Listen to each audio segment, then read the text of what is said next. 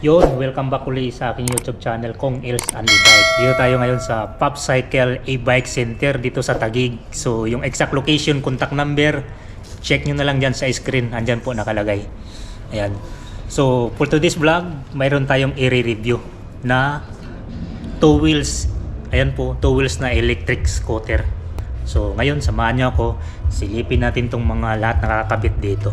So, let's go. So ito po si Honda na Zoomer A. Ayan, maraming mga variant kulay dito. Mamili na lang po kayo. So classic ang dating nito mga kabikers. Naka-naked po ang kanyang handlebar. Tapos yung panel gauge, ayan no, bilog. So classic ang dating. So siguro nasa 4 inch outside diameter ang kanyang ano nito, panel gauge. Ayan no. So may susi, may tip alarm. Okay, naka-LED na po ang mga ilaw nito. Tapos ito yung mga headlight, dalawa po yan, kabilaan, circular po yan no? Tapos may rectangle sa gitna. Ang gulong nito is 90 by 90 by 10, tubeless na po yan.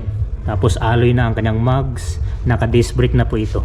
Ayan, disc brake, diba? LED na rin po ang kanyang mga turn light o signal light. Yun, so dito sa operating system, same lang din naman sa mga mga electric scooter. Yan, ito ang signal light, busina, headlight.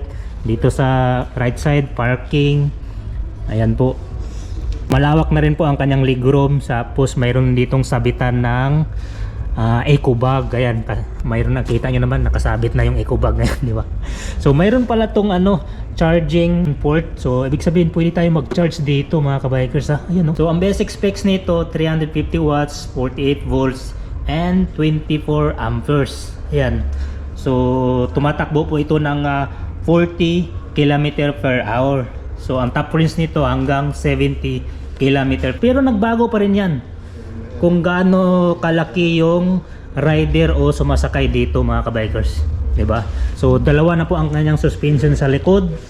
Ayan po, solid po ang mga suspension. May tapalodo po ito.